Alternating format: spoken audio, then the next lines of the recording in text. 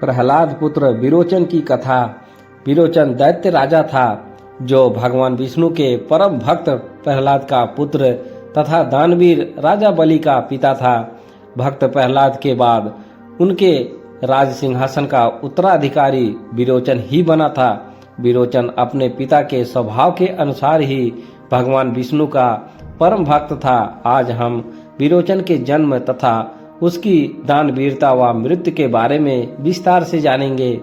हिरण्यकश्यप की मृत्यु के पश्चात प्रहलाद तीनों लोकों का राजा बन गया था। जब वह बड़ा हुआ तब उसका विवाह घृति नामक स्त्री से हुआ। उससे विरोचन नामक पुत्र का जन्म हुआ जो अपने पिता के समान शक्तिशाली तथा दानवीर स्वभाव का था। प्रहलाद के मोक्ष प्राप्त करने के पश्चात विरोचन तीनों लोकों का राजा बन गया। विरोचन की पत्नी का नाम विशालाक्षी था जिससे उसका पुत्र बलि हुआ था। एक बार देवराज इंद्र तथा विरोचन भगवान ब्रह्मा प्रजापति के पास शिक्षा ग्रहण करने गए। वहां उन्होंने आत्मन अर्थात स्वयं को जानने की शिक्षा ग्रहण की। इंद्र तथा विरोचन ने 32 वर्ष तक ब्रह्मास्त्र का पालन करते हुए शिक्षा ग्रहण की। उसके पश्चात वे पुनः अपनी नगरी में आ गए। हालांकि विरोचन भगवान ब्रह्मा के द्वारा दी गई शिक्षा को पूरी तरह आत्मसात नहीं कर पाया था तथा आत्मन के रूप में शरीर की पूजा करने लगा था।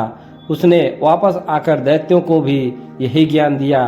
एक दिन इंद्र ने छल से विरोचन का वध करवा दिया। चूंकि विरोचन बहुत दानवीर राजा था इसीलिए इंद्र प्रातःकाल ब्राह्मण का वेश धारण कर विरोचन की सभा में गया। उसने विरोचन से दान स्वरूप कुछ मांगने की चेष्टा की। विरोचन ने ब्राह्मण को निराश न करने की आशा से उसे दान देने का संकल्प ले लिया। इंद्र यह जानता था कि यदि वह उसका वध कर देगा तो दैत्य गुरु शुक्राचार्य अपनी संजीवनी विद्या से उसे जीवित कर देंगे। इसका उपाय बस एक ही था और वह था विरोचन का मस्तक धड़ से अलग हो जाना। इसीलिए इंद्र ने विरोचन का मस्तक ही मांग लिया।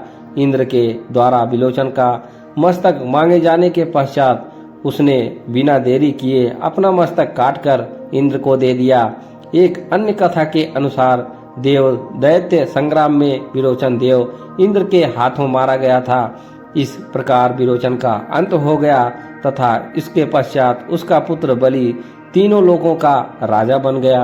कथा पसंद आई हो तो एक लाइक अवश्य करें। हमारे चैनल पर बने रहने के लिए आप सभी का धन्यवाद।